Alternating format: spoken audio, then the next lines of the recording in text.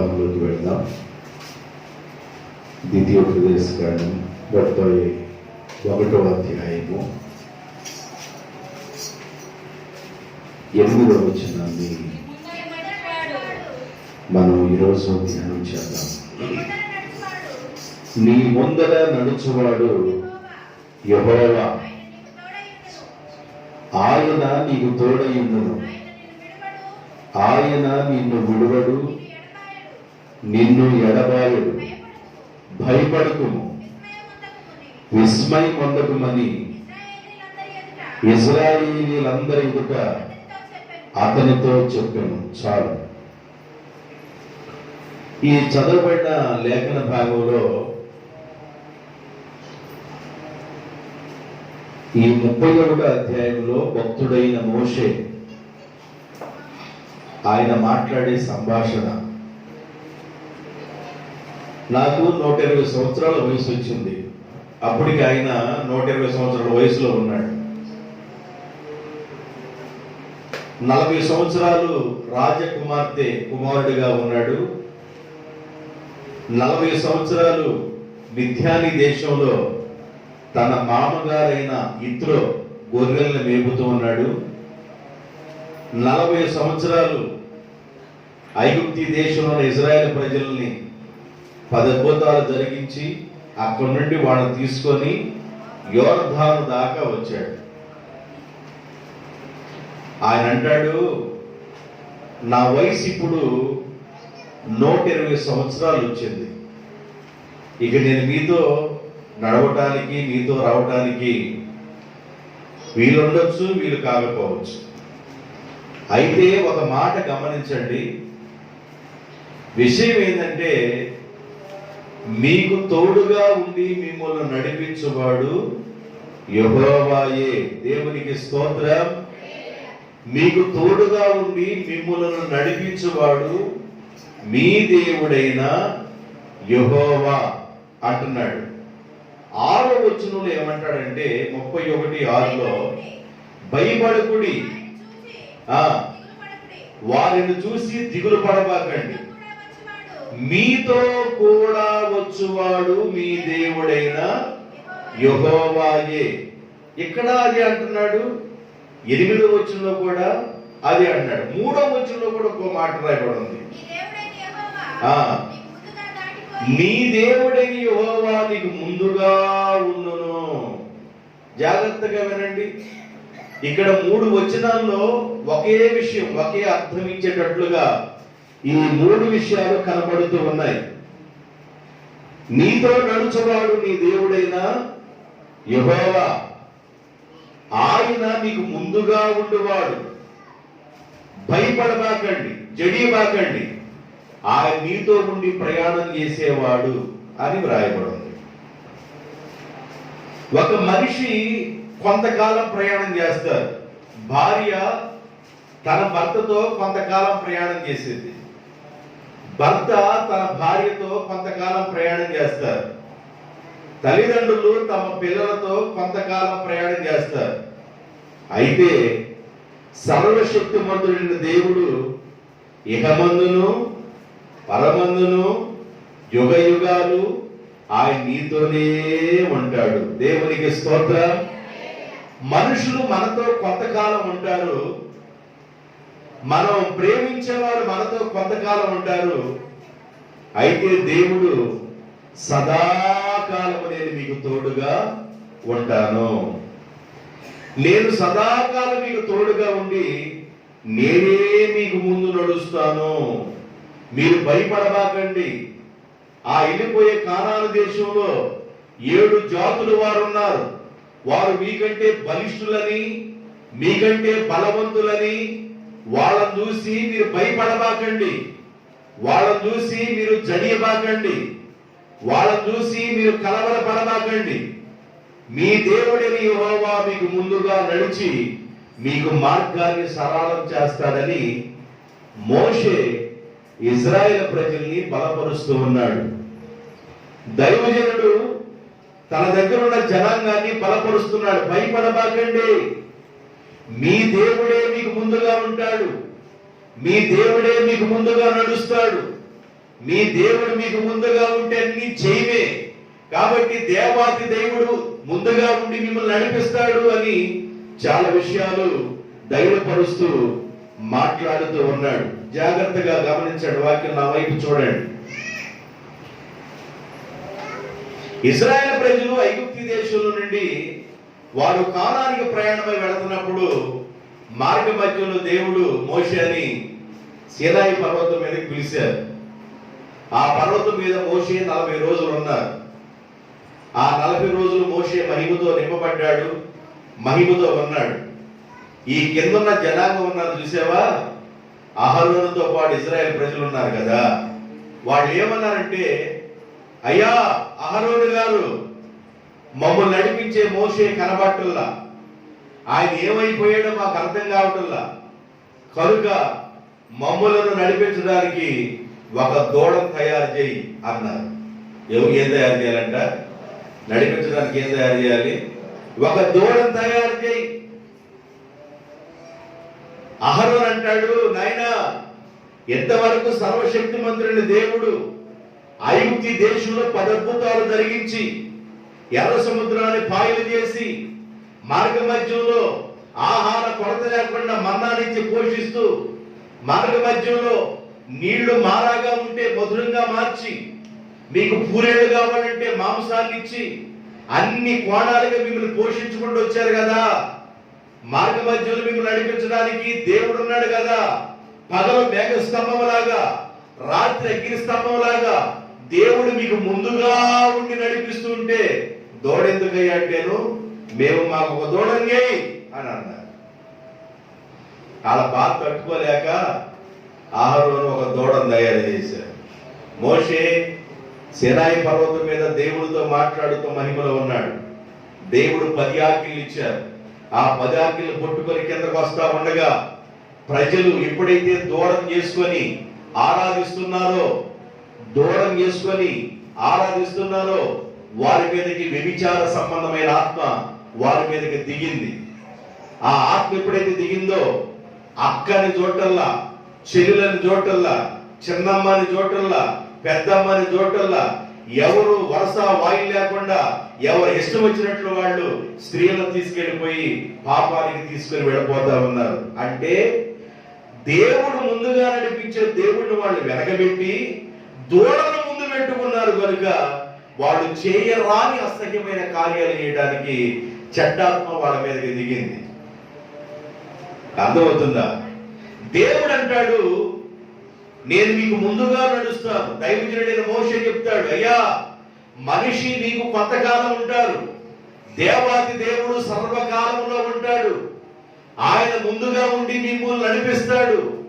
మీకు పగలు ఎండ దెబ్బ తగలకుండా, రాత్రి వెన్నెల దెబ్బ తగలకుండా, మధ్యాహ్నం వద్ద పోవడానికి రోగముల్లో ఏది రాకుండా, మీ గుడారానికి ఏ తెగులు సోకకుండా ఆయన మిమ్మలను వెన్నంటి నడిపిస్తాడు. ఆయన సదాకాలం నడిపిస్తాడు. మీకు ముసలతనం వచ్చినా మీ మనవళ్ళు మనవరాళ్ళు, ఒకవేళ మీ కుమారులు కుమార్తెలు ముసల వాసన వస్తుందంటారేమో గాని దేవాది దేవుడు ముసలతనం వచ్చినా ఆయన ఎత్తుకొని ముద్దాడుతూ మిమ్మల్ని నడిపించే దేవుడై ఉన్నాడు. కాబట్టి మీ దేవుడు మీకు ముందుగా ఉంటాడు. దేవుడు తన బిడ్డలకు ముందుగా ఉంటే ఉపయోగాలేంది? దేవుడు తన బిడ్డలతో ఉండి నడిపిస్తే ఉపయోగాలేంది? దేవుడు తన బిడ్డలతో ముందుగా నడిస్తే ఉపయోగాలేందో నేను కొన్ని విషయాలు ఈరోజు చెప్పాలని ఆశపడుతున్నాను. మోషే అంటున్నాడు, మీ దేవుడు మీకు ముందుగా నడుచును, మీ దేవుడు మీకు ముందుగా ఉండును. దేవునికి స్తోత్రం. కనుక మీరు భయపడబాకండి. ఇశ్రాయేలు ప్రజలారా, మీరు జడియబాకండి, భయపడబాకండి, ఎవరికి బెదరబాకండి. మీ దేవుడే మీకు ముందుగా ఉండి నడిపించునుగా కానీ వాళ్ళ ధైర్యపరిచారు. అయితే కొన్నిసార్లు కొంతమంది ప్రజలు ఏం చేశారంటే ఈ దూడని, విగ్రహాన్ని ముందు పెట్టుకొని నడిపించుకుంటున్నారు. ఎవరైనా కష్టకాలం వచ్చినప్పుడు, బాధలు వచ్చినప్పుడు సోదిగాండ్రలతోనో లేకపోతే విగ్రహారాధికులతోనో లేదా పస్తీ వాళ్ళతోనో ఏదో రకరకాలుగా మనుషులు దేవుణ్ణి ముందు పెట్టుకోవలసిన జనాంగం దేవుణ్ణి ముందు పెట్టుకోవటం లేదండి. ఒకసారి ఏం జరిగిందంటే, యాకోబు తన మామగారైన లాబాను గారి ఇంటి దగ్గర నుండి బయలుదేరి తన భార్య బిడ్డలతో బయలుదేరి వస్తా ఉన్నాడు. రాహేలుని లేయాని తమ బిడ్డలను తీసుకొని వస్తా ఉన్నారు. అయితే రాహేలు ఏం చేసిందంటే, తన ఇంటిలో ఉన్న గృహదేవతను తీసుకొని ఆమె ప్రయాణం చేసుకుంటా వచ్చింది. యాకోబు గాని యాకోబు కుమార్తెలు గాని యాకోబు యొక్క మామగారితో, యాకోబు భార్యలు వాళ్ళ తండ్రితో చెప్పకుండా వాళ్ళు ప్రయాణమై 3 దినాలంతా ప్రయాణమై వెళ్ళిపోయారు. 3 దినాల తర్వాత, ఏమయ్యా ఓ లాబాను, నీకు అర్థం కావటం లేదా? నీ కుమార్తె నీ అల్లుడు బయలుదేరి వాళ్ళు 3 రోజులు అయిపోయింది వెళ్ళిపోయి, వాళ్ళు మందలతో, వాళ్ళు సంపాదించిన 50 మందతో తీసుకొని వెళ్ళిపోతా ఉన్నారు అనగలే ఎక్కడ లేని కోపం వచ్చేసింది. నాకు చెప్పకుండా నా కుమార్తెను తీసుకొని నా మనవళ్ళను తీసుకొని బయలుదేరి వెళ్ళిపోతాడా యాకోబు? ఎంత పని చేస్తాడా అని ఎదురు లేనివాడు, తిరుగులేనివాడు, ఏదైనా చేయగలిగిన వాడు. ఆయన బయలుదేరి వెళతా వెళతా వెళతా వెళతా ఉండగా రాత్రి పొద్దుగూకింది. ఆ రాత్రి దేవుడు స్వప్నం మంది మాట్లాడుతున్నాడు. నీవు ఎదుర్కొని పోతున్న నీ అల్లుడైన యాకోబుతో మంచిగా చెడుగా నోరు విప్పి ఏది పడితే అది తిక్కలుగా మాట్లాడబాకు, జాగ్రత్త సుమ అని మాట్లాడాడు. దేవుడు కల్లో హెచ్చరిక చేసిన దాన్ని బట్టి ఆ తర్వాత నిద్ర మేలుకొని మరలా ప్రయాణం చేసి 3 రోజుల తర్వాత వాళ్ళని ఎదుర్కొని, ఏమయ్యా నువ్వు చేసిన పని? నీవుగా చెప్పి నా తండ్రింటికి వెళ్తానని చెప్పినట్లయితే మద్యపు ధరులతోనూ మేళాలతో తాళాలతో ఎంతో వైభవంగా పంపించేవాడు కదా అన్నాడు. నువ్వు మేళం పెట్టపోయినా నేమనుకోనయ్యా, తాళం పట్టపోయినా ఏమనుకోను, నువ్వు మైకి పెట్టపోయినా ఏమనుకోను, మా తండ్రింటికి మేము వెళ్ళిపోతున్నాం అని అన్నారు. సరే మీరు వెళితే వెళ్ళారు కానీ నా ఇంటిలో ఉన్న గృహదేవతను దొంగిలించారు అన్నాడు. ఎవరి దగ్గర అయితే ఆ గృహదేవత ఉందో వారు మరణముకు పాత్రులవుదురుగాక అన్నాడు యాకోబు తెలియక. మీ గృహదేవత ఎవరి దగ్గర అయితే ఉందో వాళ్ళు మరణములకు పాత్రులు అవుతారుగా కానీ యాకోబు పలికాడు దైవజనుడు. అందరినీ చూశాడు, అన్ని గోని పట్ల చూశాడు. రాహేలు దగ్గరికి వచ్చాడు. ఏమా నీవు కూడా లెగిస్తే చూస్తానన్నాడు. నేను ఇప్పుడు కడగా ఉన్నాను నాన్నగారు, నేను ఈ స్థలం నుంచి లేకపోన్నాను. గృహదేవతను రహస్యముగా దాచిపెట్టుకొని ముందుగా పెట్టుకొని ప్రయాణం చేస్తుంది రాహేలు. అందుకే రాహేలు మార్గ మధ్యంలో ప్రాణాన్ని విడిచినట్లుగా మనం చూడగలుగుతున్నాం. ఆమె చనిపోతూ ఒక బిడ్డ కానీ ఆయనకి బెనోని అని పేరు పెట్టింది. ఎడమ చేతి పుత్రుడా అని పేరు పెట్టింది. తర్వాత ఆ పేరు బెనోని అనే పేరును బెన్యామీనుగా మార్చి కుడి చేతి పుత్రుడుగా మార్చగలిగారు. దేవుని బిడ్డలారా, రాహేలు తన గృహదేవతను ముందు పెట్టుకొని నడిచింది. ఇజ్రాయేల్ ప్రజలు దూడను ముందు పెట్టుకోవడానికి ప్రయత్నం చేశారు. దేవాది దేవుడు అంటాడు, మీకు పగలు మేఘ స్తంభంలాగా రాత్రి అగ్ని స్తంభంలాగా తోడుగా ఉండి నేను ముందుగా మీకు తోడుగా ఉండి నడిపించే దేవుడను. దేవునికి స్తోత్రం, హల్లెలూయా. పగలు మేఘ స్తంభంగా ఉంటాను, రాత్రి అగ్ని స్తంభంగా ఉండి మీకు తోడుగా ఉండి నడిపించే దేవుణ్ణి నేనే అన్నాడు. కాబట్టి ఎవరిని ముందు పెట్టుకోవాలంటే ఏ గృహదేవతల్లో గాని ఏదో దూడల్లో గాని వాటిని కాదు ముందు పెట్టుకోవలసింది. మనం ముందు పెట్టుకోవలసింది మనం ఆరాధించే దేవుణ్ణి మనం ముందు పెట్టుకొని కొనసాగాలి. కొంతమంది ప్రజలు దేన్ని ముందు పెట్టుకుంటున్నారో చెప్పిన తర్వాత దేవుడు ముందుగా ఉంటే ఉపయోగాలు ఏందో చెప్తారు. కొంతమంది ప్రజలు దేన్ని ముందు పెట్టుకుంటున్నారు? బైబిల్లో నుండి కొన్ని విషయాలు చూద్దాం. కొలసీలకు రాసిన పత్రిక 3వ అధ్యాయం 5వ వచనం. కొలసీలకు రాసిన పత్రిక 3వ అధ్యాయం 5వ వచనం.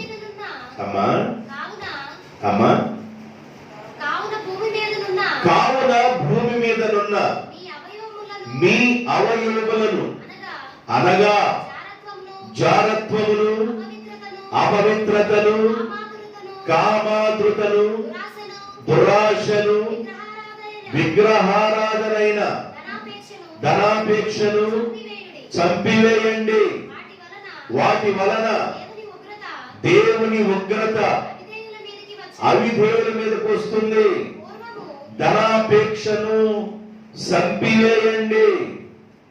జాగ్రత్తగా వినండి. కొంతమంది ధనాన్ని ముందు పెట్టుకుని నడుస్తున్నారు. ధనాపేక్షను సంపివేయండి. ధనాపేక్ష సమస్తమైన కీడులకు మూలము. కొందరు ధనమును ఆశించి ఉరి తెచ్చుకున్నారు కాబట్టి ధనాన్ని ముందు పెట్టుకున్నారు. కొంతమంది వారి ధనమే వారికి దేవుడుగా, వారి డబ్బే వారికి దేవుడుగా, వారి ఆస్తే వారికి దేవుడుగా, వారికున్న బంగారమే వారికి దేవుడుగా, వారికున్న వెండే వారికి దేవుడుగా, వారికున్న సంపదే వారికి దేవుడుగా దాన్ని ముందు పెట్టుకుంటున్నారు. మాకు ధనం ఉంది, ధనాన్ని నమ్ముకొని ధనాన్ని ముందు పెట్టుకుంటున్నారు. బైబిల్ ఏం చెబుతుందంటే అబ్రహాము భూమి మీద ఉన్న వారిలో గొప్ప ఆస్తిమంతుడు, యోబు భూమి మీద ఉన్న వారిలో గొప్ప ఆస్తిమంతుడు. అబ్రహాంకి ఎంత ఆస్తుందంటే దేవుడు అన్నాడు, అబ్రహాం తూర్పు వైపు చూడు, నీ కన్ను ఎంతవరకు అయితే చూడగలదో అంతవరకు చూడు. పడమర వైపు చూడు, నీ కన్ను ఎంతవరకు చూడగలదో అంతవరకు చూడు. ఉత్తర దక్షిణాల వైపు కూడా అలాగే చూడు. ఎంతవరకు చూడగలవో అంతవరకు నీ మందలను, నీ ఆస్తిని విస్తరింపజేస్తారు అబ్రహాం అన్నారు. దేవుడు అన్నట్లుగానే ఆయన ఆస్తిని విస్తరింపజేశాడు. చాలా ఆస్తి వచ్చేసింది, చాలా మందలు వచ్చేసింది. 318 మంది పనివాళ్ళు కూడా వచ్చారు. ఆ రోజుల్లో దేశాన్ని పరిపాలన చేసే రాజులు కూడా అబ్రహాం ఏమన్నారంటే, నీవు మా మధ్య మహారాజుగా ఉన్నావు. దేవునికి స్తోత్రం. అంత ఆస్తి కలిగిన అబ్రహాము, అంత అంతస్తు కలిగిన అబ్రహాము, వెండి బంగారములు కలిగిన అబ్రహాం అంటాడు, అయ్యా ఈ సొదొమ గొమొర్రా విషయంలో నేను వేడుకుంటున్నాను, దుమ్మినైన నేను, ధూళినైన నేను వేడుకుంటున్నానయ్యా, నేను దుమ్ము లాంటి వాడినయ్యా, ధూళి లాంటి వాడినయ్య అన్నాడు. అంత ఆస్తి కలిగిన వాడు, అంత అంతస్తు కలిగిన వాడు, పేరు కలిగిన వాడు, ప్రతిష్ఠ కలిగిన వాడు, కీర్తి కలిగిన వాడు, అంత ఉన్నతమైన దీవెన కలిగిన వాడు అంటాడు దేవుని దగ్గర, నేను దుమ్ము లాంటి వాడినయ్యా, ధూళి లాంటి వాడినయ్యా అని తన ధనాన్ని మనసులో పెట్టుకుండా తను తాను దేవుని దగ్గర తగ్గించుకున్నాడు. దేవునికి స్తోత్రం. గట్టిగా హల్లెలూయా. దేవుడు ప్రేమించి ఒకవేళ మనల్ని ఆస్తిమంతులుగా చేస్తే, ఒకవేళ దేవుడు ప్రేమించి మనకి బంగారం ఇస్తే, దేవుడు ప్రేమించి మనకి అధికమైన డబ్బు ఇస్తే, దేవుడు ప్రేమించి మనకి మంచి పేరు ఇస్తే, దేవుడు ప్రేమించి ఒక మంచి ఇల్లు ఇస్తే, దేవుడు ప్రేమించి ఒక మంచి వాహనాలు ఇస్తే, వాటన్నిటిని పక్కన పెట్టాలా, దేవుణ్ణి ముందు పెట్టాలా. దేవునికి స్తోత్రం. అవన్నీ ఒక రోజు వదిలిపెట్టేస్తాం. వెండి వదిలిపెడతాం, బంగారం వదిలిపెడతాం, ఇల్లు వదిలిపెడతాం, డబ్బు వదిలిపెడతాం, ఆస్తి వదిలిపెడతాం, అన్ని వదిలివేసి మనం తల్లి గర్భంలో నుండి ఎలా వచ్చిందేమో అలాగే మళ్ళీ తల్లి గర్భంలో మళ్ళా మన దిగంబరిగా వచ్చే దిగంబరిగానే వెళ్ళవలసిందని నేను ఎరిగి ఉన్నానంటాడు. 5:15 ప్రసంగి గ్రంథంలో. ప్రసంగి గ్రంథం 5:15 రాయబడి ఉంది, వాడు ఏ ప్రకారముగా తల్లి గర్భం నుండి వచ్చెనో ఆ ప్రకారముగానే వెళ్ళవలసి ఉన్నదని. చదవండి, నలుగురు చదవండి. ఆ ప్రకారముగానే తాను తల్లి గర్భంలో నుండి దిగంబరిగా వచ్చినట్లే ఆయన దిగంబరిగానే మరలా వెళ్ళిపోవును. తల్లి గర్భంలో నుండి దిగంబరిగా వచ్చినట్లే మరలా దిగంబరిగానే వెళ్ళిపోవును. తాను సంపాదించిన వాటిలో ఏది చేతబట్టుకొని వెళ్ళడో, అది వెండి కావచ్చు, అది బంగారం కావచ్చు, అది డబ్బు కావచ్చు, అది ఇల్లు కావచ్చు, అది ఆస్తి కావచ్చు, అది పేరు కావచ్చు, మరి ఏదైనా కూడా వాటన్నిటిని ఒక రోజున వదిలిపెట్టి వెళతాం.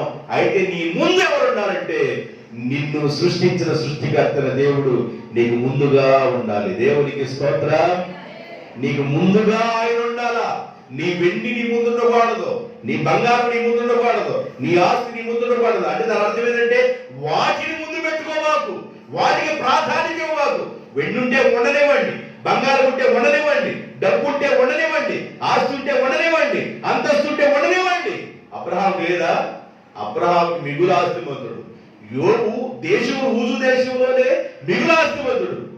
అలాంటి వాళ్ళు దుమ్మును ధూళిని అని ప్రభు దగ్గర తగ్గించుకొని ప్రార్థన చేస్తా ఉన్నారు. దేవునికి స్తోత్రం. హల్లెలూయా. వాళ్ళ మాటల్లో కూడా తేడా తెచ్చుకోలేదండి. వాళ్ళ ఆస్తి పెరిగినా కూడా, వాళ్ళ అంతస్తు పెరిగినా కూడా వాళ్ళ మాటల్లో కూడా తేడా తెచ్చుకోలేదు. వాళ్ళ స్వదేశాన్ని వాళ్ళు మర్చిపోయిన వారుగా లేరు. వాళ్ళ సొంత ప్రజలు వారు మర్చిపోయిన వారుగా లేరు. వాళ్ళ ప్రాంతంలో వారు మొట్టమొదటి ఎలాగ ఉన్నారో ఆస్తి పెరిగిన తర్వాత కూడా అలాగే ఉన్నారు. ఇక నైస్ గా కాకరకాయ ఇంటి దగ్గర ఒక నైస్ వచ్చిన తర్వాత కేకరకాయ అల్లాడు. ఆ మధ్య హైదరాబాద్ వెళ్ళిపోయి తిరిగి వచ్చిన తర్వాత ఒక ఆయన అన్నాడంట, ఏంది మొక్కలు అన్నాడంట. నారు తెలియలేదానికి ఏంది మొక్కలు అన్నాడంట. నారును మొక్కలు ఏంది మొక్కలు అని. తాటి చెట్టును చూసి ఏమన్నా ఏంది ఏళ్ళేళ్ళుగా ఊగుతుంది, ఏంది నేరేడుకాయలు ఉన్నాయి అక్కడ అన్నాడంట ఆయన. ఆ తాటి చెట్టు దాన్ని జుట్టు అంతా పీక్కొని తిన్నాడని అర్థం కావట్లా. తాటి చెట్టుకున్న కాయ తీసుకొని జుట్టు అంతా పీక్కు తిని ఒక రోజున, కాకపోతే దూరంగా వెళ్ళిపోయి జాబ్ చేసుకుని ఇంటికి వచ్చేసరికి తాటికాయలు నేరేడుకాయలా కనబడ్డాయి. మన స్టేజీ ఎంతగా పెరిగినా మనం ప్రభు దగ్గర తగ్గించుకొని ఉండాలి. దేవునికి స్తోత్రం.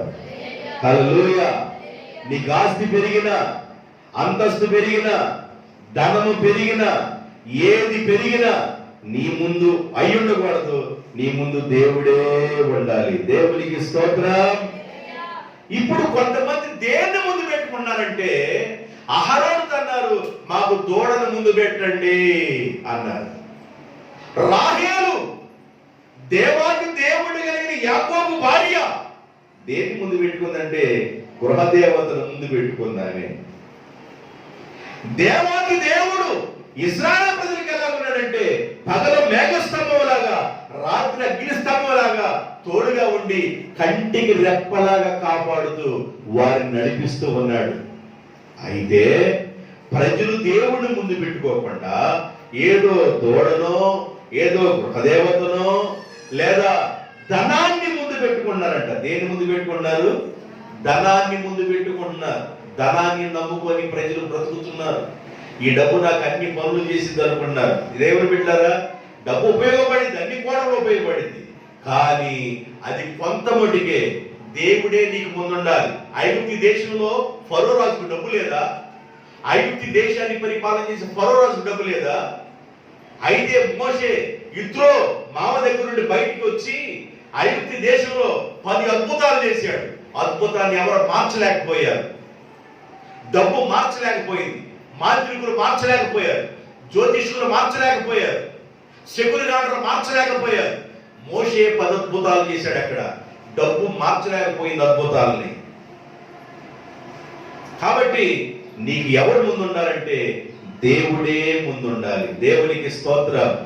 నీ డబ్బు కాదు నీకు ముందుండాల్సింది. తర్వాత విషయం చెప్తారు. మరొక విషయం, మొదటి సమూయేలు గ్రంథం 15వ అధ్యాయం. మొదటి సమూయేలు గ్రంథం 15వ అధ్యాయం 23వ వచనం. 15వ అధ్యాయం 23వ వచనం. ఇది చూడాలా? ఒక చదవండి. తిరుగుబాటు చేయుట, సోది చెప్పుట అనే పాపముతో సమానము. తిరుగుబాటు చేయుట, సోది చెప్పుట అనే పాపముతో సమానము. మూర్ఖత్వము అగబరుచుట, మాయా విగ్రహముతో సమానము. వినండి, ఆ వచనంలో రాయబడిన మాట చదువమ్మా. యెహోవా ఆజ్ఞను నీవు విసర్జించితివి కనుక ఆయన నిన్ను విసర్జించను. ఈ వచనంలో ఉన్న అర్థం ఏంటంటే, కొంతమందికి ఎన్ని చెప్పినా మూర్ఖత్వము, తిరుగుబాటును ముందుంచుకుంటారు. దేన్ని పెట్టుకుంటారంట ముందు? మూర్ఖత్వము. ఎన్నన్నా చెప్పని, యెహోవా ఎన్నిసార్లు నీతో మాట్లాడినా ఆయన మాటను విసర్జించావు నీ మూర్ఖత్వాన్ని బట్టి, అందుకని ఆయన నిన్ను విసర్జించాడంటాడు. అంటే కొంతమంది దేన్ని ముందు పెట్టుకున్నారంటే మూర్ఖత్వాన్ని ఎప్పుడంటాం? ఒక మనిషి మూర్ఖుడండి మూర్ఖత్వం కలిగిన వాడండి, మూర్ఖుడండి అని ఎప్పుడు అంటాం? ఎన్నిసార్లు ఏం చెప్పినా అర్థం చేసుకోకుండా ప్రవర్తిస్తారే అలాంటి వ్యక్తుల్ని మూర్ఖుడు అంటారు. ఎన్నిసార్లు చెప్పినా మూర్ఖత్వము. ఈ మూర్ఖుడు అని మాట్లాడతారు కొంతమంది. మూర్ఖత్వం అంటే చెప్పిన మాట వినకపోవటం. ఒక మనిషి దేని ముందు పెట్టుకుంటారంటే దేవుని యొక్క మాటను ముందు పెట్టుకోవట్లా, మూర్ఖత్వాన్ని ముందు పెట్టుకున్నాడు. సౌలు మూర్ఖత్వాన్ని ముందు పెట్టుకున్నాడు. సౌలు మూర్ఖత్వాన్ని ముందు పెట్టుకున్నాడు కనుక ఆయన విసర్జించబడ్డాడు. దేవుడు చెప్పినా కూడా, దేవుడు ఇన్ని మార్లు మాట్లాడినా కూడా మూర్ఖత్వం చూపించాడు కాబట్టి విసర్జించబడ్డారు. కొంతమంది మూర్ఖత్వమును, తిరుగుబాటును ముందు పెట్టుకుంటారు. ఒకళ్ళు ధనాన్ని ముందు పెట్టుకుంటున్నారు, ఒకళ్ళు గృహదేవతను ముందు పెట్టుకుంటున్నారు, ఒకళ్ళు దోడను ముందు పెట్టుకుంటున్నారు, ఒకళ్ళు మూర్ఖత్వాన్ని ముందు పెట్టుకుంటున్నారు, ఒకళ్ళు తిరుగుబాటును ముందు పెట్టుకుంటున్నారు. నీ ముందు ఉండాల్సింది ఎవరు? నీ దేవుడైన యెహోవా. దేవునికి స్తోత్రం. తిరుగుబాటు అంటే తిరుగుబాటు స్వభావం అంటే ఏంది? తిరుగుబాటు అంటే ఏంది? శారా స్థానాన్ని హాగర్కి ఇచ్చింది. శారమ్మ తన స్థానాన్ని హాగర్కి ఇచ్చింది. తన భర్తకి ఈమెనిచ్చి పెళ్లి చేసింది హాగర్ నుంచి. శారమ్మ ఒకవేళ పిల్లలు పుట్టకపోతే, ఒకవేళ హాగర్ పిల్లలు పుడితే శారమ్మ ఏమైపోయిందంటే హాగర్కి ఆమె కంటికి నలుసైపోయింది, కాంతి రాకుండా ఉండిపోయింది. లెక్క చేయట్లా శారమ్మని. అరే నా స్టేజీ ఎక్కడ, నేనేంది, నా కథ ఏంది, ఎక్కడున్నా నన్ను ఈ శారమ్మ తల్లి నన్ను తీసుకొచ్చి తన స్థానాన్నే తన భర్తకిచ్చి, ఆమె స్థానం భార్య స్థానం నాకు ఇచ్చి తన భర్తకు నన్ను భార్య చేసింది. నేను ఎప్పుడు ఆమెకి లోబడి ఉండాలి, తిరుగుబాటు స్వభావం ఉండకూడదు అని అనుకోవాలిగా. తిరుగుబాటు స్వభావం కలిగి, తిరుగుబాటు యొక్క ఆలోచన కలిగి జీవించింది హాగరు. పుట్టినోడు కూడా ఎలాంటి వాడు పుట్టాడంటే బైబిల్ చెబుతుంది అడవిగాడిదా. ఇస్మాయిల్ గురించి బైబిల్ ఏం రాయబడింది? అడవిగాడిదా అని రాయబడింది.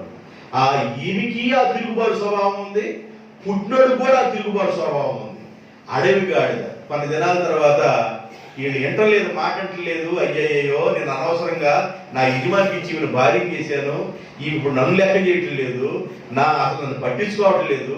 ఈ పుట్టినోడు కూడా అసలు కడవగాడిద పుట్టుకున్నాడు, వీడు అసలు లెక్కే చేయట్లేదని ఏం చేసిందంటే శారమ్మ చిన్నగా ఇక డిశ్చార్జ్ ఇచ్చేసింది. హాస్పిటల్లో నుంచి అమ్మ విడుదల పొందినట్లుగా నువ్వు వెళ్ళమ్మా అని చెప్పేసి పంపించేసింది.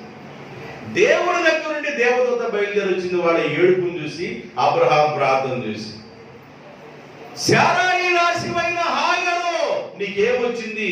అప్పుడు ఆమె ఏమన్నారంటే నాకు తిరుగుబాటుతనం వచ్చింది కనుక నేను పారిపోతున్నాను అనాల. నాకేమొచ్చిందని చెప్పంటావమ్మా? శారాయి రాశివైన హాగరు నీకు ఏమొచ్చింది? ఎందుకు ఏడుస్తున్నావు? నీ కుమారుడు చనిపోయే స్థితిలో ఉన్నాడు, ఎందుకు ఏడుస్తున్నావు అంటే నీరు లేదు. అబ్రహాం యొక్క ప్రార్థన దేవుడు కనికరించి ఎడారిలో నీటి ఓటను పుట్టించాడు, దాన్నే మక్కా అన్నారు. దేవునికి స్తోత్రం. హల్లెలూయా. ఎడారిలో నీటి ఓటను పుట్టించాడు దేవుడు. తిరుగుబాటు స్వభావంలో ఉంది కనుక తోలివేయబడింది, నెత్తివేయబడింది, తరవబడింది. తిరుగుబాటు స్వభావంతో ఆగర జీవించింది. మూర్ఖతతో సౌలు జీవించాడు. కొంతమంది దేన్ని ముందు పెట్టుకున్నారంటే తిరుగుబాటు స్వభావాన్ని, కొంతమంది దేన్ని ముందు పెట్టుకున్నారంటే మూర్ఖత్వాన్ని, కొంతమంది దేన్ని ముందు పెట్టుకున్నారంటే వారి డబ్బుని, కొంతమంది వారి అంతస్తుని, కొంతమంది వాళ్ళ హోదాని ముందు పెట్టుకున్నారు, కొంతమంది వారి గృహదేవతను, కొంతమంది దూడని ముందు పెట్టుకున్నారు. దేనిలో వారు సక్సెస్ కాలేదు, అన్ని ఫెయిల్యూర్.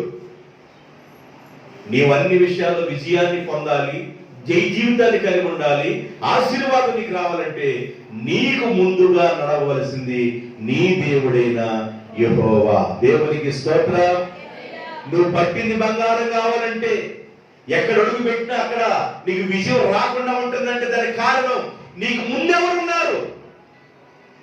నువ్వు ముందు ఎవరిని పెట్టుకున్నావు? దాన్ని కానీ ఒక్కసారి చూసుకుంటే నీకు ముందు దేవుణ్ణి పెట్టుకున్నావా, దేవుడిని ముందు పెట్టుకుని నడుస్తున్నావా లేదని పరిశీలన చేసుకుంటే నీవు ధన్యురాలివి, ధన్యుడు అయిపోతావు. దేవుని బిడ్డలారా, కొంతమంది దేవుని ముందు పెట్టుకుంటున్నారు. అది చెప్పిన తర్వాత మనం ఎలాగుంటే విజయం వచ్చిందో దాన్ని చెప్తాను మీకు. ఇప్పుడు కొన్ని పాయింట్లు చెప్పాను మీకు. కొంతమంది ధనాన్ని ముందు పెట్టుకున్నారు, కొంతమంది తిరుగుబాటు ముందు పెట్టుకున్నారు, కొంతమంది మూర్ఖత్వాన్ని ముందు పెట్టుకున్నారు, కొంతమంది డబ్బుల ముందు పెట్టుకున్నారు. యోగుకు డబ్బు ఉన్నా డబ్బు మీద మనసు లేదు.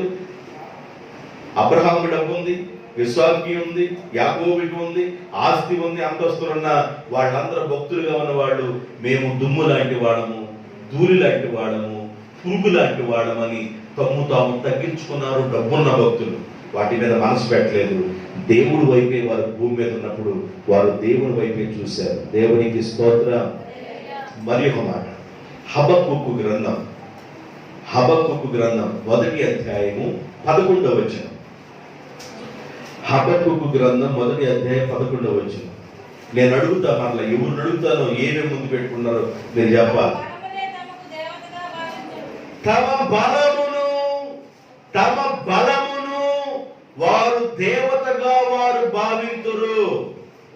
వారి బలాన్ని ముందు పెట్టుకున్నారు. నేను బలము కలిగిన వాడను. భూమి మీద బలమైనవి చాలా ఉన్నాయండి. నీటి కంటే బలమైంది ఏముంది? నీటి కంటే బలమైంది ఏమైనా ఉందా? ఒక్కసారి ఒక సునామీ వస్తే మొత్తం తుడుచుకొని వెళ్ళిపోతుంది. సునామీ జస్ట్ సముద్రం అట్లా పొంగిందంటే ఎంత బిల్డింగ్ అయినా నేలమట్టం అవ్వాల్సిందే. అలాంటి బలమైన సముద్రపు పొంగును అణిచే బలము కలిగిన వాడు మనం ఆరాధించే దేవుడు. దేవునికి స్తోత్రం.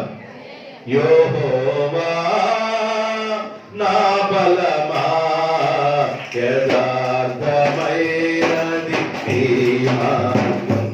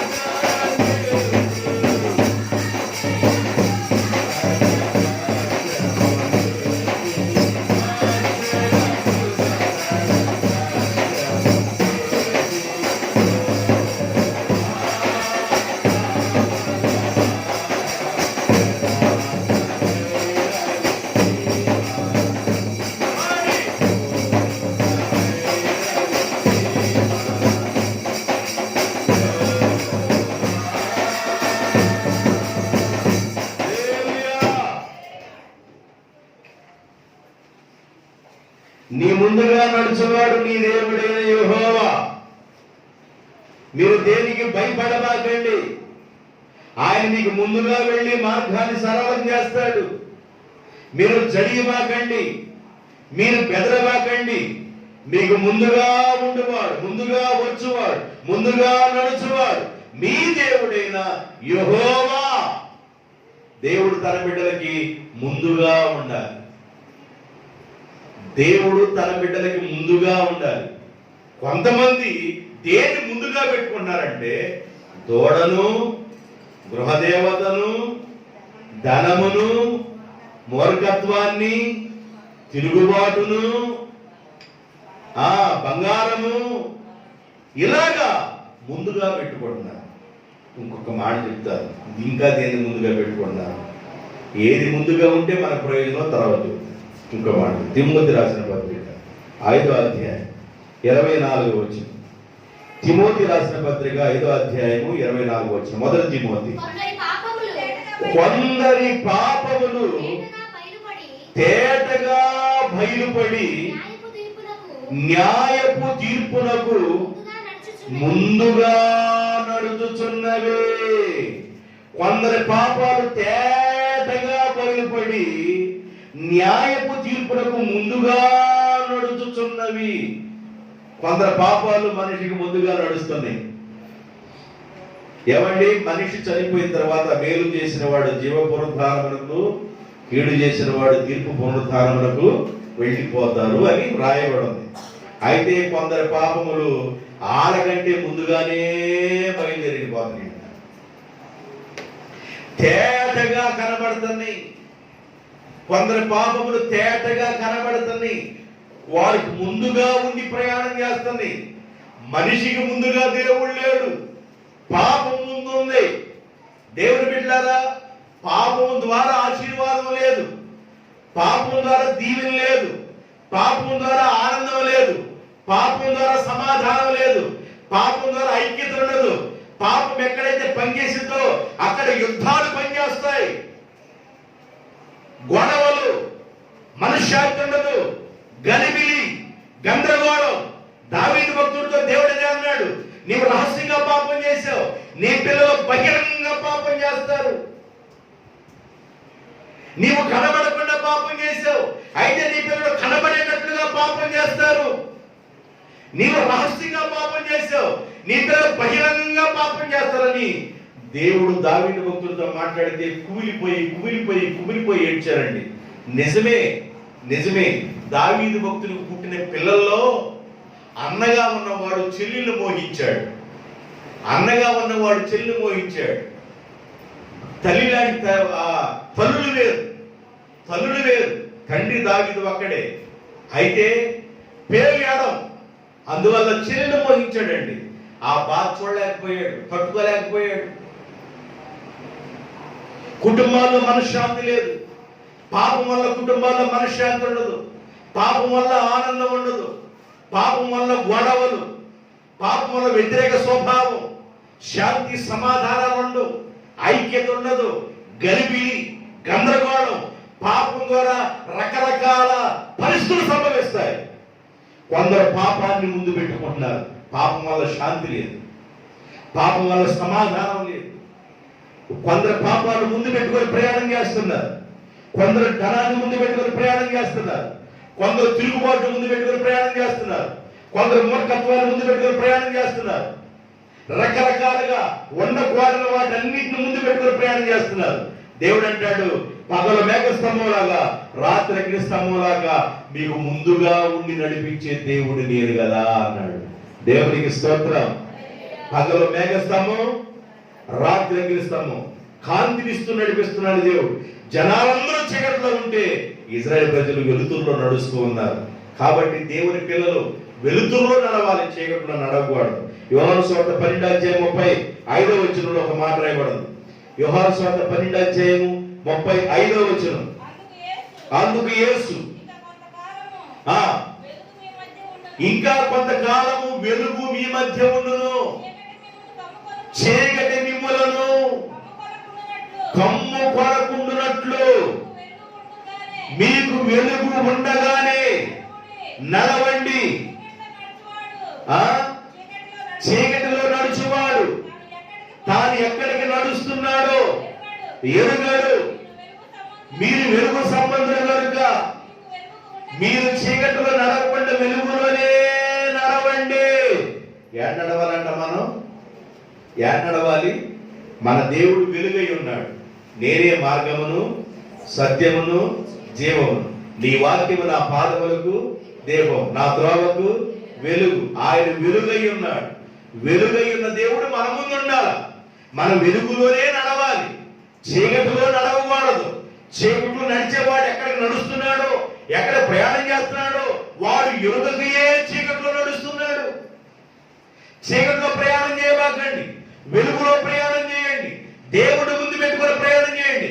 ఆయన ముందుగా ఉంటే నీకు వచ్చే ఉపయోగం ఏందో మొదట చెప్తాను. ఇప్పుడు ఎక్కడెక్కడ ఎవరెవరు ముందు పెట్టుకున్నారో కొన్ని విషయాలు చెప్పాను, కొన్ని మాటలు మీకు అర్థమైనట్టు బ్రీఫ్ గా. ఏమి ముందు పెట్టుకున్నారంట? ఒకరు దూడను ముందు పెట్టుకున్నారు, గృహదేవతను ముందు పెట్టుకున్నారు, ధనాన్ని ముందు పెట్టుకున్నారు, మూర్ఖత్వాన్ని ముందు పెట్టుకున్నారు, తిరుగుబాటును ముందు పెట్టుకున్నారు, పాపాన్ని ముందు పెట్టుకున్నారు, ఆస్తిని ముందు పెట్టుకున్నారు, అంతస్తుని ముందు పెట్టుకున్నారు, వెండిని ముందు పెట్టుకున్నారు, బంగారాన్ని ముందు పెట్టుకున్నారు. వారికున్న ప్రతి దాన్ని ముందు పెట్టుకుని నడుస్తున్నారు. దానివల్ల ఉపయోగాలు ఏవి లేవు. దేని ముందు పెట్టుకోవాలి? వెలుగై ఉన్న దేవుడిని ముందు పెట్టుకొని మనం వెలుగులో నడవాలి. మనము అలా నడవటం వల్ల, వెలుగై ఉన్న దేవుడు మన ముందు నడవటం వల్ల మనకు వచ్చే మొదటి ఆశీర్వాదం, నెంబర్ 1 మొదటి ఆశీర్వాదం మీకా గ్రంథం 2వ అధ్యాయం 13వ వచనం. మీకా గ్రంథం 2వ అధ్యాయము మొదటి ఆశీర్వాదం చెబుతున్నా. 2వ అధ్యాయం 13వ వచనం. ప్రాకారములు పడగొట్టువాడు, అందరూ చెప్పండి, అందరూ చెప్పండి, ప్రాకారములు. ప్రాకారములు బంగారం తెరవండి. ప్రాకారములు పడగొట్టువారు వారికి ముందుగా పోవును. ప్రాకారములు పడగొట్టువాడు వారికి ముందుగా పోవును. దేవుడు ముందుగా ఉంటే నీకు అడ్డుగా ఉన్న ప్రాకారములు కూలిపోవును. దేవుడు నీకు అడ్డుగా ఉంటే, దేవుడు నీకు ముందుగా ఉంటే నీకు అడ్డుగా ఉన్న ప్రాకారములు కూలిపోవును. ప్రాకారం అంటే గోడలు పడినారేమో మీరు, కాదు, సమస్య. ప్రాకారం అంటే ఏంది? సమస్య. అడ్డుగా ఉన్న సమస్య అని అర్థం. అడ్డుగా ఉన్న ప్రాకారము, అడ్డుగా ఉన్న సమస్య కూలిపోవును. ఒక అమ్మ చెబుతుంది నాకు, అయ్యా కోడ వెళ్ళిపోయింది నాయన, సంవత్సరాలు అయిపోయింది అయ్యా. దేనికి వెళ్ళిందమ్మా? అబ్బాయి తాగుతున్నాడని కాపురం చేయదని వెళ్ళిపోయింది అయ్యా. మరి ఏమన్నారమ్మా? ఇప్పుడు ఎంతకాలం? సంవత్సరాలు అయిందయ్యా. అమ్మాయి రావాలని ప్రార్థన చేయ్యా. అమ్మాయి రావాలని ప్రార్థన చేస్తే అమ్మాయి వచ్చేసిద్దా?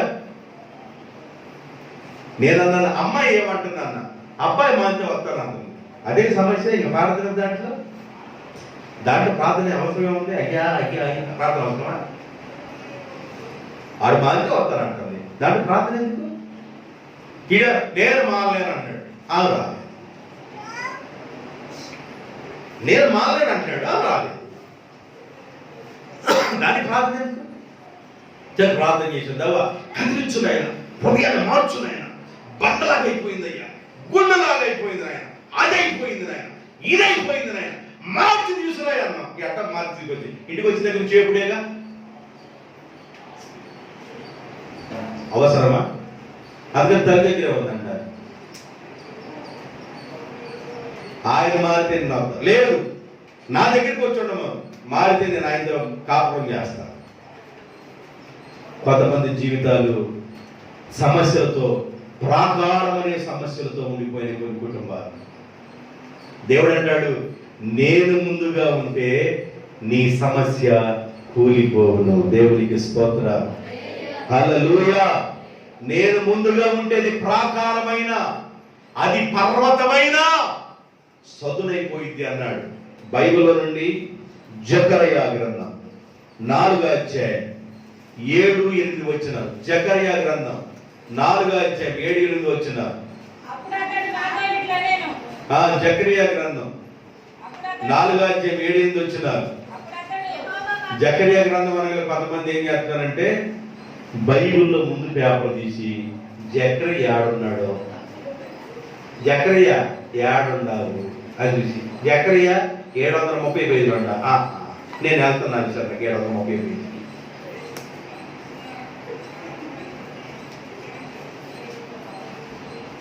ఆదివారం జకరియా గ్రంథం అనగా జకరియా గ్రంథం చూసుకొని, ఋతు గ్రంథం చూసుకొని, ఆదివారం ఏమన్నా బైబుల్, ఇంటికి వెళ్ళగల రిమోట్ కంట్రోల్. ఆదివారం బైబుల్, ఇంట్లో రిమోట్, చర్చిలో బైబుల్, ఇంట్లో చేతులనేమో రిమోట్. ఇంకా నీకు జకరియా ఉన్నాడు నీకేం అర్థమైంది, మత్తయ్య అంటున్నాడు నీకేం అర్థం. ముందు పేపర్ పొద్దా చూసుకోండి, బతికినంతకాలం ముందు పేపర్ ముందేసుకోండి. జకరియా గ్రంథం 4:7-8 వచ్చిన శక్తి చేతనైనను బలము చేతనైనను కాక నా ఆత్మ చేతనే ఇది జరుగును అని సైన్యములకు అధిపతియగు యెహోవా సెలవిచ్చెను. గొప్ప పర్వతమా, జెరుబ్బాబెలుకు అడ్డుగా ఉన్న గొప్ప పర్వతమా, నీవు ఏ మాత్రము దానము, నీవు చదురు భూమి ఎగుదువుగాక. వినండి, ఆయన నీకు ముందుగా నడిస్తే ప్రాకారములు కూలిపోవును. ఆయన నీకు ముందుగా ఉంటే శక్తి చేతనేను బలము చేతనేను కాక నా ఆత్మ ద్వారా నేను కార్యం చేస్తా. ఏం చేస్తానంటే జెరుబ్బాబెలును అడ్డగించే గొప్ప పర్వతమా, నువ్వేమైపోతావు, సదును భూమి అయిపోతావు అన్నాడు. దేవునికి స్తోత్రం. జెరుబ్బాబెలు ఒక పర్వతం అడ్డగిస్తుందంట. పర్వతం, పంటలు వేరు పర్వతాలు వేరు. అన్నిట్లో పెద్దది ఏంటంటే పర్వతము. అన్నిట్లో సమస్య పెద్దది ఏంటంటే పర్వతము. జెరుబ్బాబెలు అడ్డగించు పర్వతమా, నీవు ఏ పాడినా నీవు సదును భూమి అవుదుగాక. కారణం ఏంటంటే మానవుడు బలము చేత శక్తి చేత కాదు, దేవుడు తన ఆత్మ ద్వారా తన కార్యములను జరిగిస్తాడు. ఆయన ముందుగా ఉంటే ప్రాకారాలను కూల్చివేస్తాడు. ఆయన ముందుగా ఉంటే పర్వతాన్ని చదును చేస్తాడు. దేవునికి స్తోత్రం. ప్రాకారాలను కూలుస్తాడు, ప్రాకారాలని ఆయన చదును చేస్తాడు. ఆయన ముందుగా ఉంటే ఆశీర్వాదం, ప్రాకారములు కూలిపోవును, పర్వతములు సొదునైపోవును. నీకు ఎలాంటి సమస్య ఉందో గొడ్డుగా, ఎలాంటి సమస్య గొడ్డుగా ఉందో, ఏ విషయంలో నువ్వు సమస్యలో ఉన్నావో, ఏ విషయంలో నువ్వు బాధపడుతున్నావో, ఆ విషయంలో దేవుడు దాన్ని ఏం చేస్తాడంటే ఓ పర్వతంగా కనబడే దాన్ని దేవుడు సదులు చేసేస్తాడు. పిల్లల ద్వారా సమస్య, కుటుంబం ద్వారా సమస్య, దేని ద్వారా సమస్యలో ఉన్నావు, దేని ద్వారా ఇబ్బంది పడుతున్నావు, దేని ద్వారా నీ హృదయంలో చుమ్మంటుంది, దేని ద్వారా నువ్వు నీ హృదయంలో బాధపడుతున్నావు, అది సమస్య నేలబట్టమగునుగాక. ఎప్పుడది ఆయన నీకు ముందుగా ఉండే. దేవునికి స్తోత్రం. హల్లెలూయా. దేవుడు నీకు ముందుగా ఉండాలి. దేవుడు నీకు ముందుగా ఉండే ఆశీర్వాదాలు వేరుగా ఉంటాయి. ఇశ్రాయేలు సైన్యమునకు ముందు నడచిన దైవమా, ఇశ్రాయేలు సైన్యమునకు ముందు నడచిన దైవమా, నేడు మాతో తోడనుండి మమ్ము నడిపించుమా, నేడు మాతో తోడనుండి మమ్ము నడిపించుమా. ఇశ్రాయేలు సైన్యమునకు ముందు నడచిన దైవమా, ఇశ్రాయేలు సైన్యమునకు ముందు నడచిన దైవమా, నేడు మాతో తోడనుండి మమ్ము నడిపించుమా, నేడు మాతో తోడనుండి మమ్ము నడిపించుమా. హల్లెలూయా. ఆయన నీకు ముందుగా ఉండటం వల్ల ప్రాకారము కలిగిన పట్టణం కూలిపోవును, ప్రాకారములు కూలిపోవును,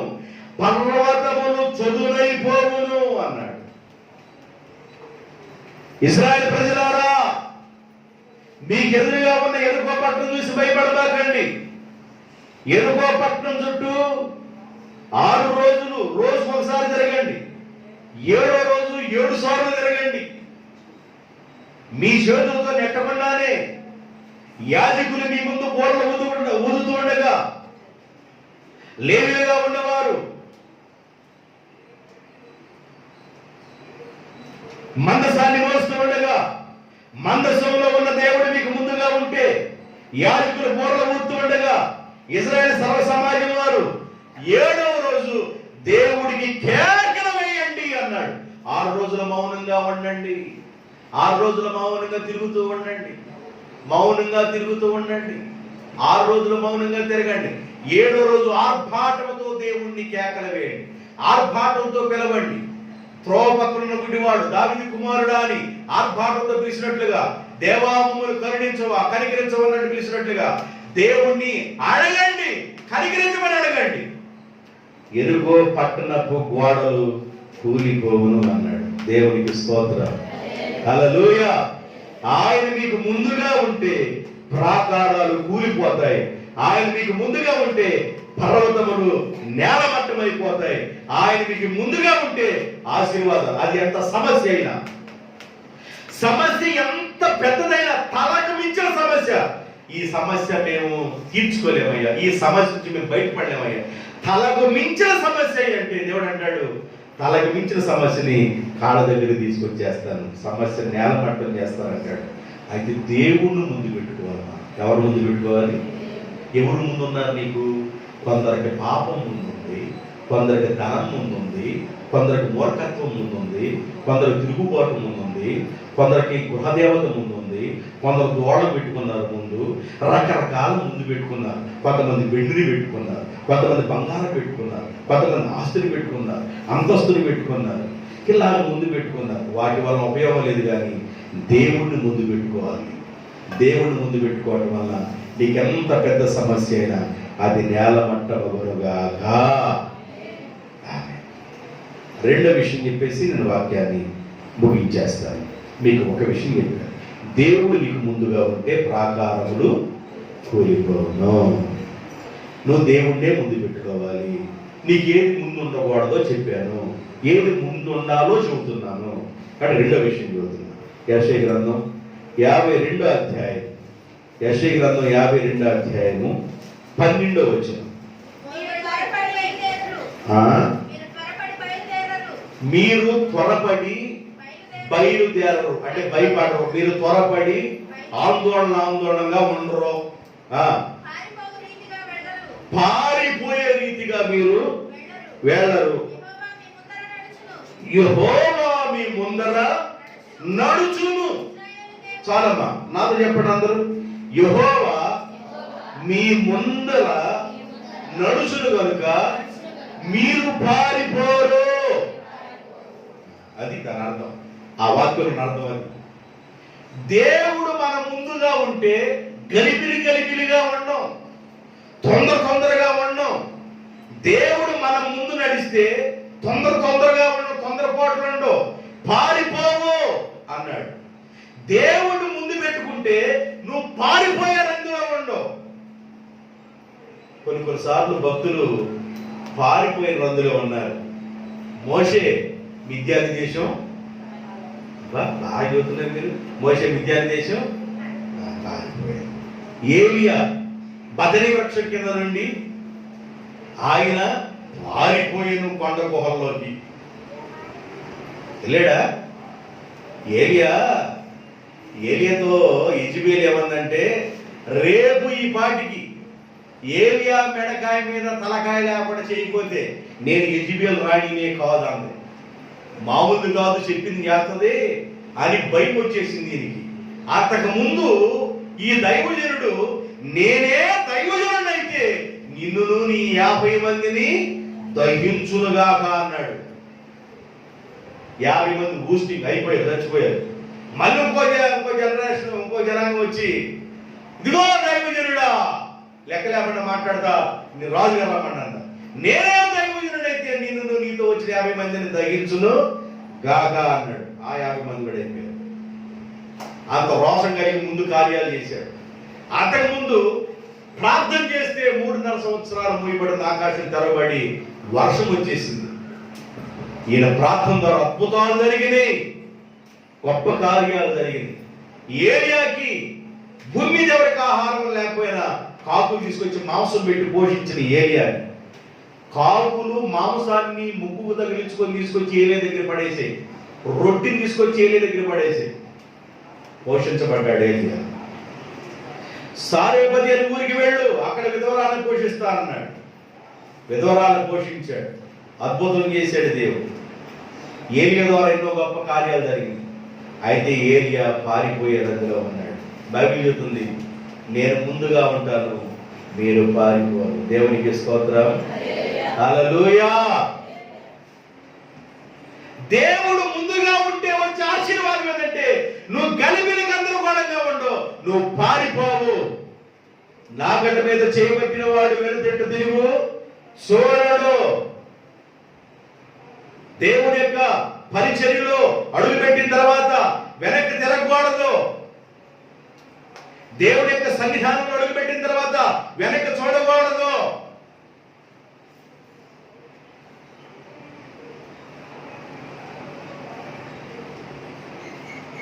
మోషే పారిపోయేందులో ఉన్నాడు, ఏలియా పారిపోయేందులో ఉన్నాడు.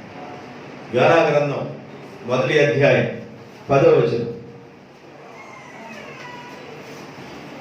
యోనా గ్రంథం 1వ అధ్యాయం 10వ వచనం. యోనా ఏడుంది కీర్తన? ఎక్కడుంది యోనా?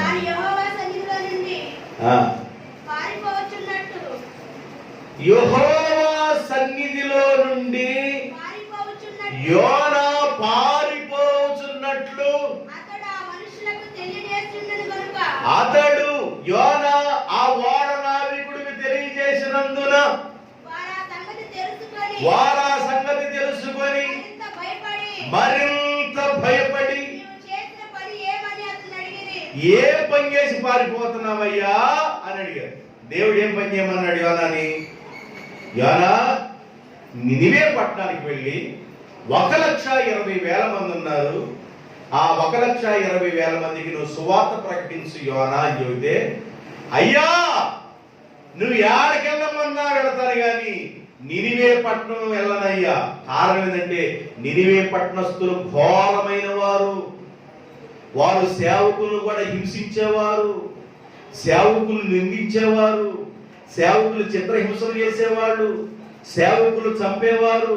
అలాంటి నినివే పట్టణానికి నేను వెళ్ళనయ్యా అని మనసులో అనుకొని, దేవా నువ్వు ఎక్కడికి వెళ్ళమన్నా వెళ్తారు కానీ నినివే పట్టణం మాత్రం వెళ్ళనయ్యా అని ఆయన మనసులో నినివేకి వెళ్ళవలసిన వాడు నినివేకి వెళ్ళకుండా తార్షీస్కి వెళ్ళడానికి ఓడ టికెట్ కొనుక్కొని తార్షీస్కి వెళ్ళడానికి ఓడలో ఎక్కి వాడ అడుగు భాగంలో సరుకులేసే చోట ఈయన పడుకున్నాడు.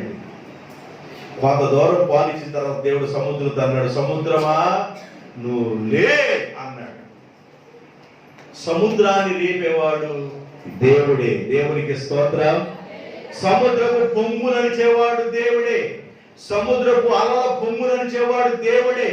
సముద్రపు అలల బలముననిచేవాడు దేవుడే.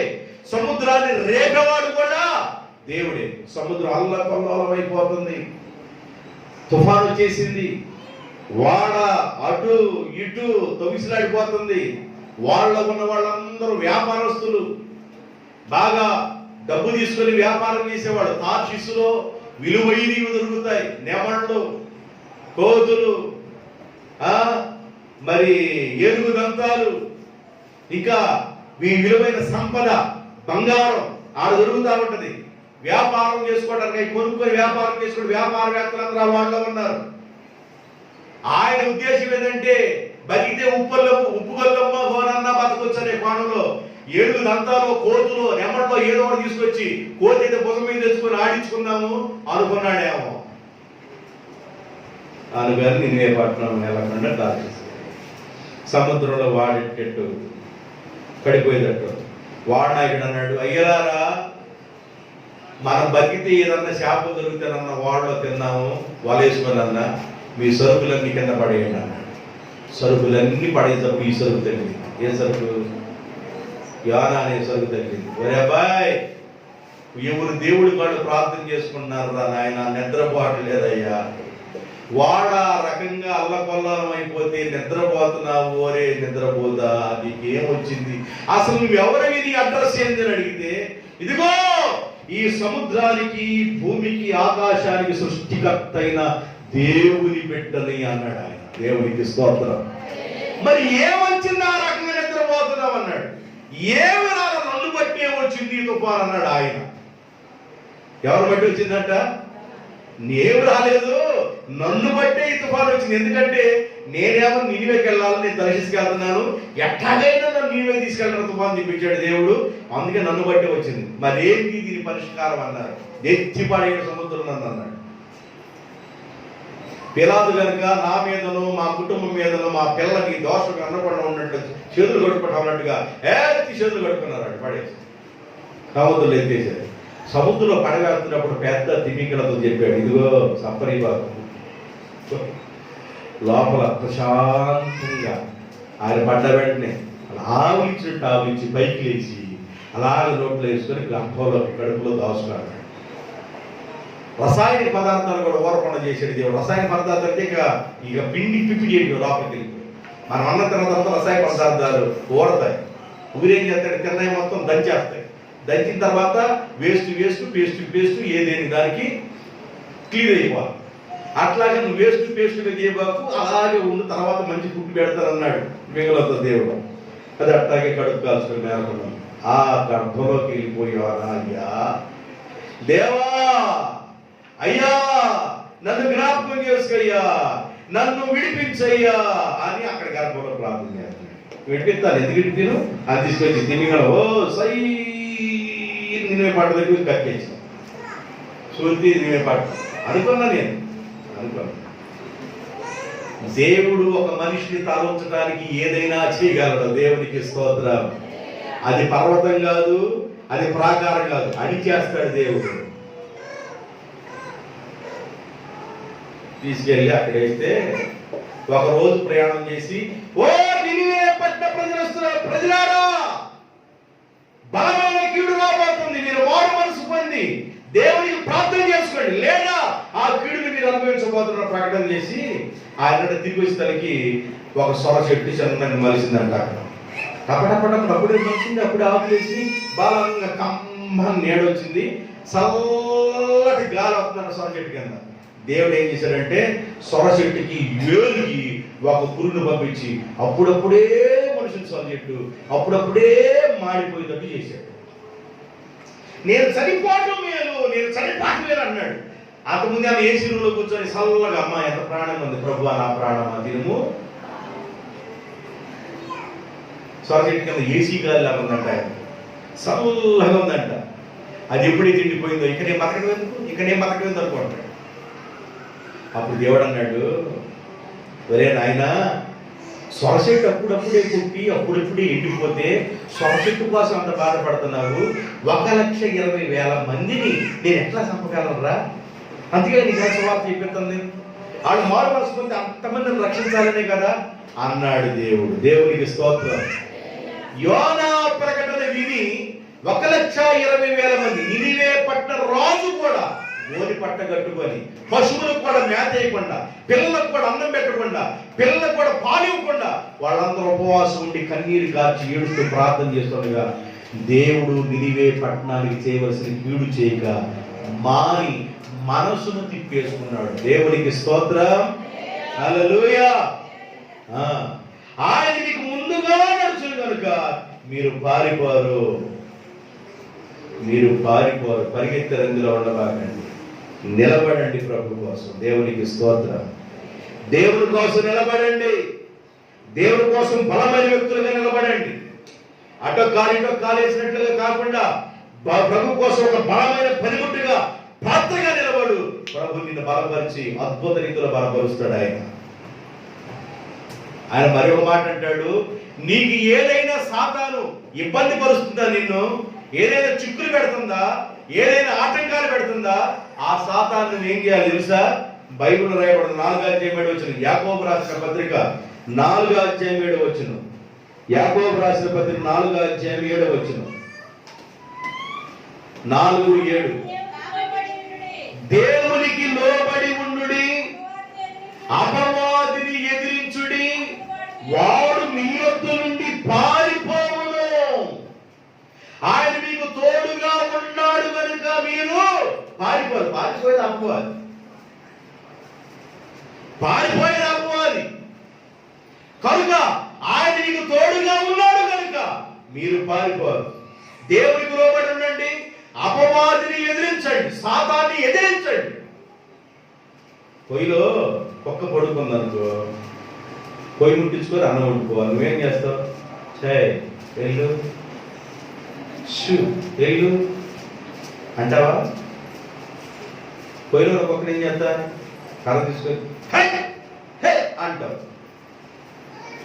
అపవాదిని కూడా అంటే దేవుడు ఎదిరించమన్నాడు, గద్దించాలి. దేవుని స్తోత్రం, హల్లెలూయా. దసరా ఉత్సవాలు వచ్చినాయండి. ఏ ఉత్సవాలు? దసరా ఉత్సవాలకి మనిషి సింహం వేషం వేసుకున్నాడంట, గోసి పెట్టుకొని, కొమ్మలు పెట్టుకొని, మొఖాన్ని సింహం వేషం వేసుకున్నాడంట. పాస్టర్ గారు వాక్యం చెబుతున్నాడు, ఇదిగో దేవుని బిడ్డలారా, సాతానుడు సింహం రూపంలో ఉంటాడు, వాడిని ఎవరు మింగుదామని చూస్తున్నాడు, వాడిని ఎవరిని కమలించుకొని వెళ్దామని చూస్తున్నాడు, వాడు రావడానికి సిద్ధంగా ఉన్నాడు. దేవుని బిడ్డలారా జాగ్రత్తగా వినండి అని ఆయన వాక్యం చేస్తుండేసరికి ఆ బయట ఆ దసరా ఉత్సవానికి వేషం వేసుకునే వర్షం వస్తుందంట. చర్చి కాడి ఉందని వచ్చేసి వాక్యం దగ్గర నిలబడ్డాడంట.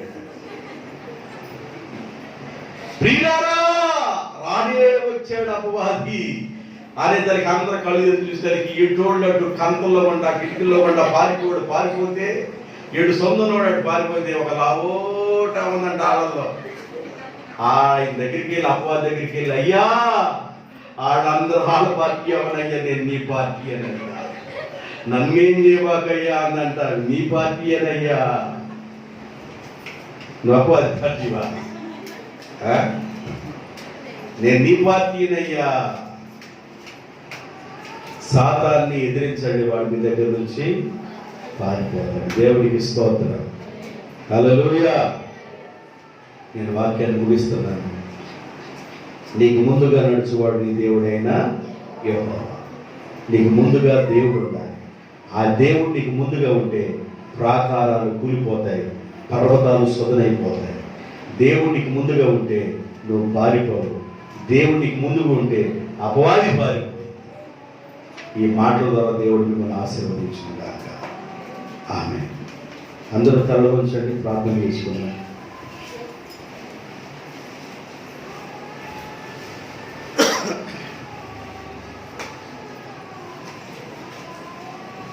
పరిశుద్ధుడైన మా ప్రియ పరలోకపు తండ్రి, ఎన్నా నేడు నిరంతరము ఏకరీతిగా ఉన్న మా ప్రభువా, మార్పు లేనివాడ, మాట తప్పనివాడ, మీ పాదములకు స్తుతి స్తోత్రాలయ్యా. మీ పాదాలకు స్తుతి స్తోత్రాలు చెల్లిస్తున్నాం. అందరూ తరల ఉంచండి, మోకరించి ప్రార్థన చేద్దాం. గతమైన మా తండ్రి, దయ చూపించయ్యా, దయ చూపించినయ్యా. మీ పరిశుద్ధాత్మిక ప్రసన్నతను తోడుగా ఉంచున్నాయి, మీ అభిషేకంలో తోడుగా ఉంచున్నాయి. మీ బిడ్డలందరినీ దీవించమని ప్రార్థన చేస్తున్నాను. మీ అభిషేకంతో నింపమని ప్రార్థన చేస్తున్నాను. మీ దీవులకు పాత్రలు చేయమని ప్రార్థన చేస్తున్నాను. ఆశీర్వాదపు జనులతో మీ బిడ్డలను నింపమని ప్రార్థన చేస్తున్నాను. వేరు చేత నింపడి నాయన, దీవించండి నాయన. ఏ కొదువు లేకుండా చేయండి, ఏ కొరత లేకుండా చేయండి. సర్వ సమృద్ధి చేత మీ బిడ్డలు దీవించబడుతారని హృదయించున్నాను. మేలుతో నింపమని యేసు నామములో ప్రార్థన చేయుచున్నాను తండ్రి.